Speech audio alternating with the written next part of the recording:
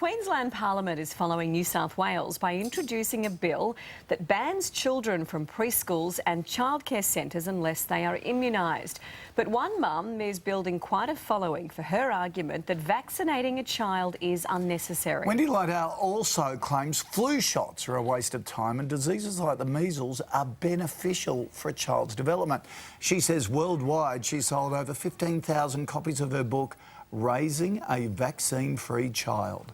Well, Wendy joins us now, along with infectious disease expert Professor Robert Booy. Good morning to both of you. Thanks very much. Wendy, I'll start with you. So you say diseases such as measles, mumps, rubella don't need any sort of vaccination because basically they resolve themselves. As long as they're properly handled and not treated in the way that the medical establishment treats them, which is to try to suppress the fever and chill the child, which is very dangerous. So what do you believe in doing if someone keeping has the child warm, keeping it in bed, him or her in bed, and giving lots of liquids during the acute phase. Measles has 3 phases. It has the incubation phase, then the acute phase, then the recuperation phase. And the recuperation phase is also very important.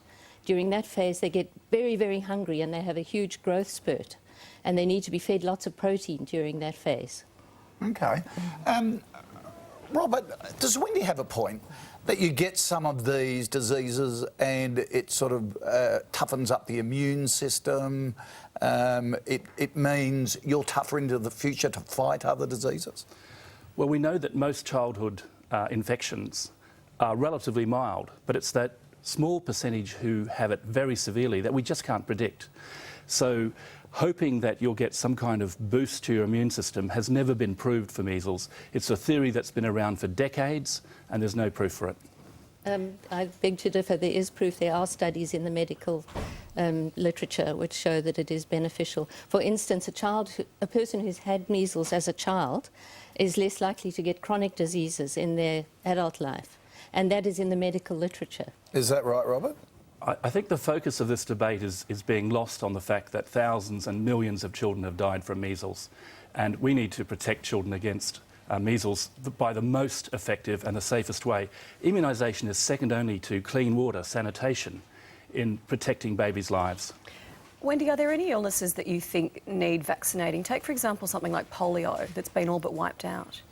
Not quite. They were supposed to wipe it out in the year 2000, but it didn't agree. You have to differentiate between the diseases that are self-resolving and those that are not. And all infectious diseases can be cured by what they call alternative methods, and some by antibiotics. So people in the know don't actually need vaccines for things like polio. OK. Robert? Well, if I had a special test, a genetic test, an immune test, if I could examine a child and say, yes, you're the one who's at risk and you're the one who isn't, I'd do that. And sometime in the future we might have vaccines just for individuals who need them. Right now we can't predict, and the best thing we can do is to vaccinate all children because it has that direct protection and it provides a chain of protection for all the other kids as well, so you don't get transmission. Okay. We don't get outbreaks. And when you get outbreaks, you get deaths. There's no such thing as herd immunity. That is a myth. When this many children are vaccinated, it does not protect the unvaccinated. And when the vaccination rate drops, it does not affect herd immunity at all. Is it a myth?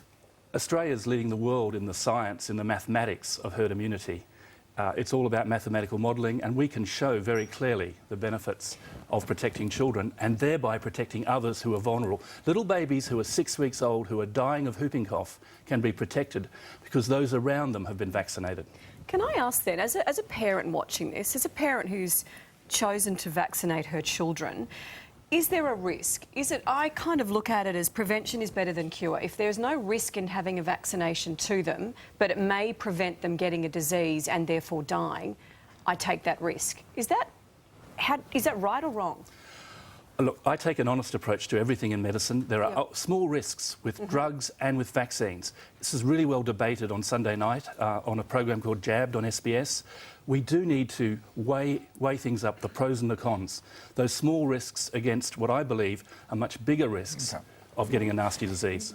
The problem with that is the risks are not small. There's a continual suppression of the incidence of serious side effects. When people react badly, their doctor just tells them, no, no, it wasn't the vaccine, it was just a coincidence. And only 1% of reactions actually get reported to the TGA. So you're saying everybody's wrong? Governments, health departments here and around the World Health world Organization are wrong? Those three, yes. And you're right? And me and a few million other people who believe the same as I do. What's your background? I have three things. I have spent thousands of hours reading the medical literature and other documents. I've spent hundreds of hours talking to parents about their experiences with vaccines and with diseases. Are you a doctor? Researcher? And I have an intelligent, analytical mind, which has made me able to. Okay. Robert, give us the stats.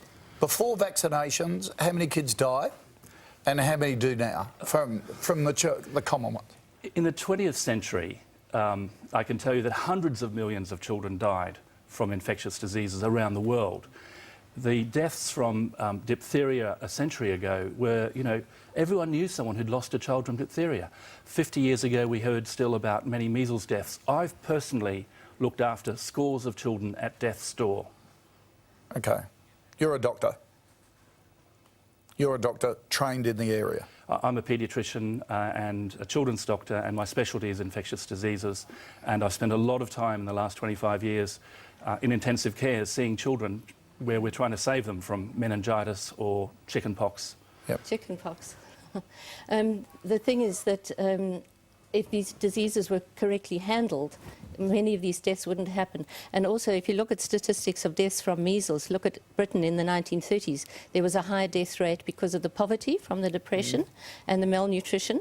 Malnutrition is a great cause of death from measles, but among well-nourished children, the complications are caused by the treatment, the paracetamol and the chilling and those sort of things. Okay. All right, look, two very distinct views, different on You this. be the judge. I was going to say we'll put it to you at home and I'll leave you to make up your own mind on that. Thank you both for coming in. I can hear the ping, ping, ping of emails coming in as we speak. Thank you for your time this morning. Good to see you.